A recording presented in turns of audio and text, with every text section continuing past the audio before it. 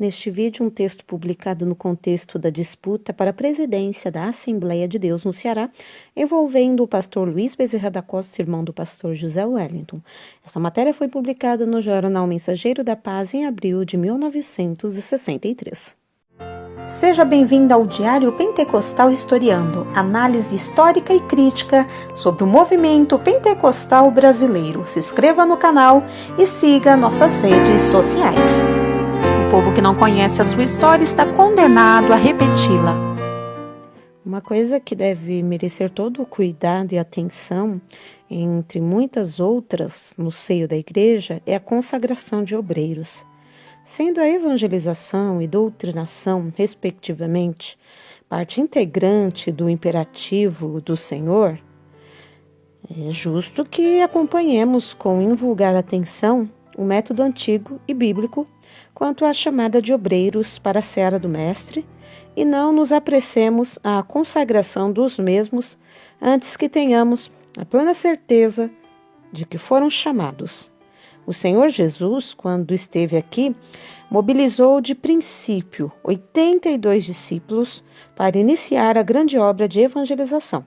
Os 12 apóstolos e mais 70 discípulos, os quais enviou aos lugares onde ele mais tarde iria iniciar pessoalmente a sua monumental obra de salvação. Convém notar que Judas traiu o Senhor e foi mais tarde substituído por Matias. Acompanhemos com atenção e espírito de imparcialidade a seguinte sequência. A. Chamada de Deus. Um olhar retrospectivo, isto é, um exame cuidadoso nos registros do Velho Testamento, daria ao leitor uma completa satisfação do verdadeiro método de Deus quanto à escolha e chamada dos seus representantes à frente dos destinos do seu povo. Desde os dias de Israel, aprendemos que os seus líderes eram homens desprendidos e desinteressados, chamados unicamente por Deus, nunca apontados por conveniência. Abraão, não mencionando a história dos 8 pregoeiros da justiça até Noé, foi o primeiro depois da confusão de Babel, a quem Deus chamou a fê-lo pai dos crentes, de quem veio a grande nação pela bênção que recebera, dando a Isaque o pai de 12 patriarcas. Abraão tinha 75 anos de idade quando foi chamado, justamente coincidindo com a idade em que os pregadores do nosso tempo são postos fora da esfera de suas atividades. Mais tarde, quando esse povo contava com um número muito elevado, estando fora de suas indispensáveis leis espirituais, escravos no Egito, Deus levantou Moisés, chamando-o para liderar a grande nação, tirando-a do cativeiro faraônico para colocá-lo na terra abençoada que mana leite e mel. Êxodo 3, do 1 ao 10. Os profetas, servos inspirados, foram todos chamados por Deus para desenvolverem seus ministérios de acordo com a vontade do Senhor e a necessidade de então. Houve um silêncio de 400 anos, quando não se ouviu mais a voz dos profetas, mas como Deus já havia elaborado o plano de redenção dos pecadores, chamou de uma maneira especial um filho de um sacerdote, que, segundo o que ensinou Jesus, foi o último profeta da lei, o qual foi chamado para cumprir uma missão de tão grande valor que o próprio Mestre disse: em verdade vos digo que entre os que de mulher têm nascido, não apareceu alguém maior do que João Batista. Ele foi chamado por Deus. Não dispomos de espaço para dizer como o Espírito Santo dirigiu os servos de Deus que eram chamados, os quais eram enviados, sem o dedo indicador do homem. A maioria desses homens era de natureza simples, sem bastante cultura, homens do povo, homens iletrados, mas cheios do Espírito Santo. Eram, indubitavelmente, chamados pelo Senhor Jesus, tão cheios que faziam milagres no nome do Senhor. Curas extraordinárias, cárceres abriam-se, presos santos eram postos em liberdade, incrédulos se convertiam e ainda eles eram possuídos. Cuidado! Quem chama é o dono da seara, o preparo dos obreiros. Abrindo o livro de Atos dos Apóstolos, logo deparamos com a estrada visível da escola dos pregadores do Evangelho, a matéria a estudar e o professor para ensinar. E quem ousará contestar que foi esse, e unicamente esse, o colégio daqueles gigantes da fé? Não sou cético, e se não transijo com o método no seu todo, é porque acho melhor o método estabelecido pelo Senhor Jesus. No entanto, não acho por que não ser instruído o pregador do Evangelho que hoje está aqui na roça e amanhã estará numa cidade, mesmo porque há no setor de responsabilidade de cada ministro de Deus degraus que todos não podem transpor, pois às vezes, por falta de obreiros instruídos, não teólogos ou filósofos, isso é mais vaidade que realidade. As igrejas lutam com certas dificuldades para solucionarem seus problemas entre os homens com quem precisam tratar. Mesmo pode haver aí um extremismo vestido de fanatismo no modo como interpretar a simplicidade mal trajada, pois os que advogam a ignorância passam rapidamente para o outro lado sem pensar nas consequências. Acho proveitoso ficarmos no centro, nunca nos excedermos indo para os extremos, onde alguns têm caído, preferindo, a título de simplicidade, a inspiração com o analfabetismo. Não deixamos de reconhecer que é melhor ser inspirado, alegre e cheio de frutos, que instruído, sábio, preparado, mas seco e morno. Isso ninguém discute. Há, porém, a considerar que no ministério evangélico há trabalhos de certa responsabilidade que um inculto não pode fazer. Há ainda os que acham que o pregador do evangelho não deve estudar outros livros que a Bíblia. Eu, porém, digo que a Bíblia é o livro principal do pregador, é o livro recomendado por Deus, não há dúvida, mas se o pregador não ler outros livros de utilidade no curso da vida comum e mesmo espiritual, ele só poderá viver única e exclusivamente ambientado ao círculo de suas atribuições espirituais, não podendo, em certas ocasiões, defender os seus direitos.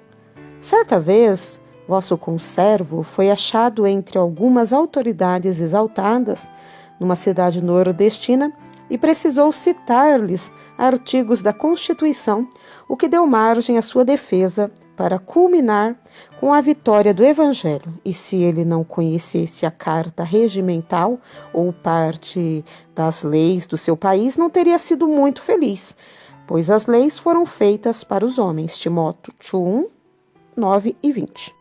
Sabemos que a Bíblia é a matéria-prima essencial, insubstituível do pregador.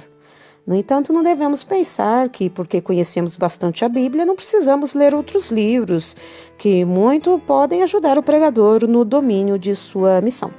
O perigo não está em conhecermos outros livros, e sim em sabermos escolher os livros, pois atualmente estamos cercados de um grande e precioso cabedal de literatura evangélica escrita por homens consagrados e genuinamente pentecostais, onde o pregador estudioso e cuidadoso achará matéria suficiente para completar seus conhecimentos. O maior perigo que vejo está na criação de institutos e colégios teológicos para fazer pregadores do Evangelho. Mete-se um rapaz vaidoso e carnal num seminário, enche-lhe a cabeça de filosofia misturada com um pouco de teologia sistemática, junta-se uma boa dose de hermenêutica com o sumo de homilética e, com certo tempo, dá-se-lhe um diploma. Agora está tudo pronto.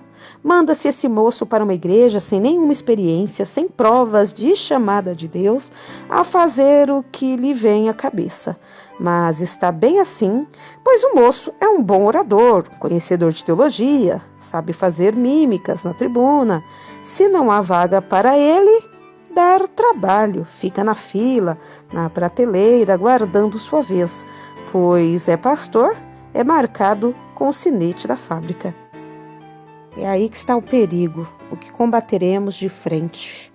porque sabemos que esse método não está amparado na vontade e escolha do Senhor Jesus e nem se enquadra à sua santa palavra. Parece mais com um palco de atores que com ministros do Evangelho.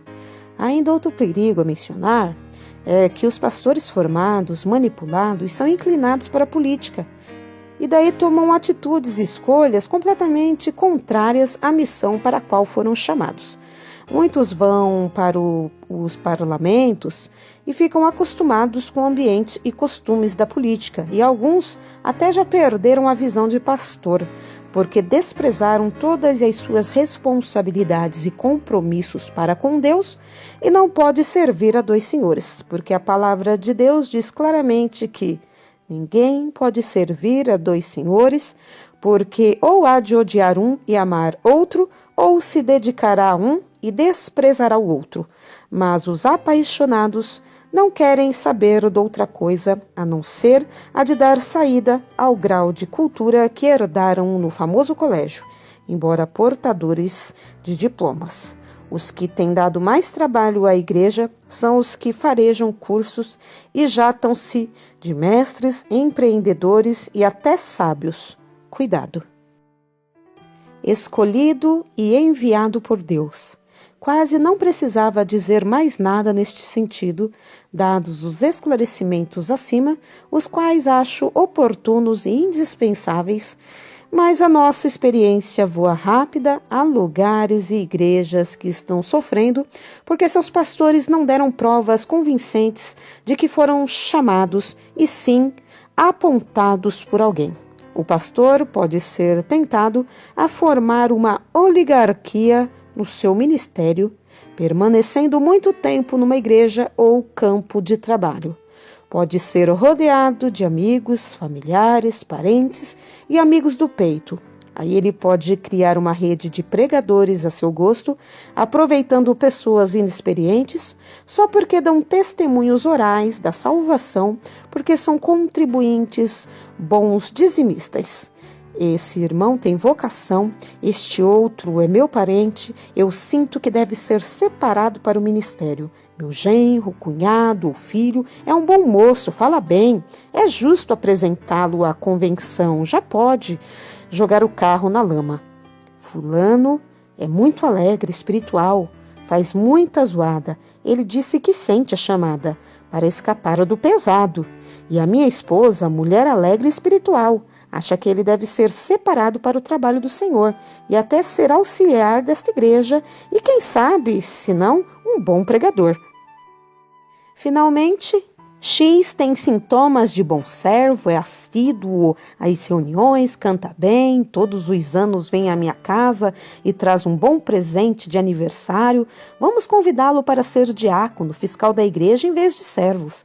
Depois passará para o presbitério e daí para a cadeira de pastores. Será um bom ajudador, aumentará o cuidado, será mais um para nos dar dor de cabeça. Meus ilustres e muito compíscuos colegas, não nos esquecemos de que tudo aquilo que os santos servos de Deus escreveram neste sentido foi tudo inspirado e é justamente o que os apóstolos e pregadores primitivos adotaram e ensinaram sem mudança. 1 Coríntios 11 e 23, que contém todo o modelo perfeito, real e insubstituível para a igreja e ministros seguirem em todos os lugares nesta dispensação, e se cremos que o que está escrito é verdade e inspirado para o nosso ensino, por que desobedecer, alterando destarte a palavra de Deus? Não há nisto perigo? Apocalipse 22, 18 e 19. Não é tudo. Há ainda a considerar a vocação das pessoas chamadas. Um erro muito grave, entre outros, é o de não distinguir bem entre o ministério de pastor e o de evangelista. Um é chamado para trabalhar como evangelista, tem vocação e tem experiência, mas é mandado para uma igreja trabalhar fora da sua esfera. Com certeza, os resultados, de alguma maneira, contrários surgirão para esclarecer o erro. outro que tem a vocação de apacentar é colocado como evangelista, enquanto o outro ainda sai, mundo afora, se intitulando de pregador e é recebido no círculo dos pregadores verdadeiramente chamados por Deus, e o resultado é aquele que se poderia esperar, o fruto de tolerância pintada com cor de amor. Não demora muito, aparecem os conflitos, as queixas entre membros descontentes com os métodos estranhos e antibíblicos que, como resultado, culminam com a doutrina de Magaref, cortar, cortar, cortar. Alguns até já estão na lista dos rejeitados e, quando particularmente são indicados para tal igreja, ouve-se os constantes protestos dos crentes mais experientes dizendo: não queremos esse irmão, ele não tem aprovado sua vocação, é bom para falar, ensina bem a doutrina do bolso, gosta de bons cômodos e é esperto, mas não o queremos aqui.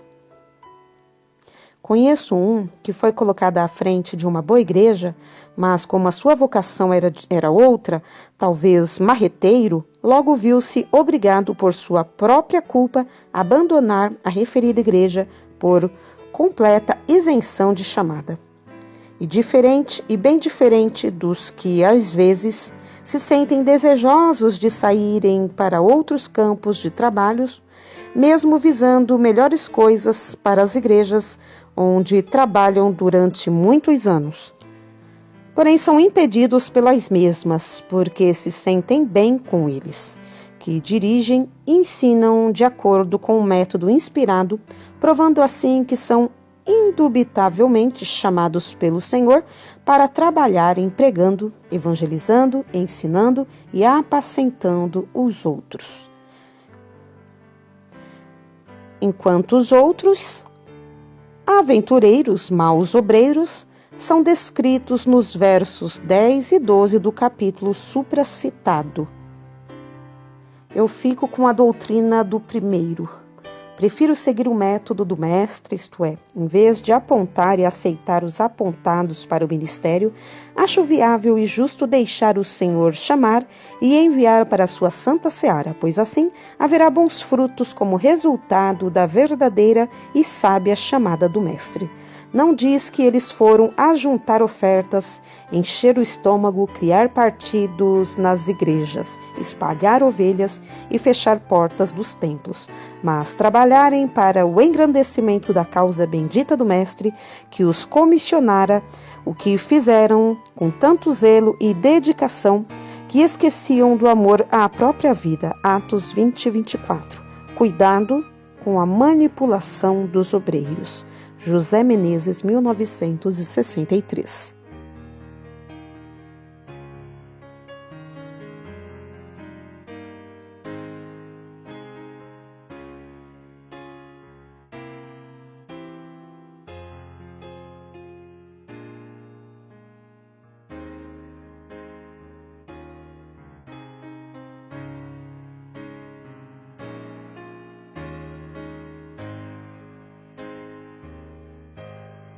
Porque nada podemos contra a verdade, senão pela verdade. Segunda carta aos Coríntios 13 e 8.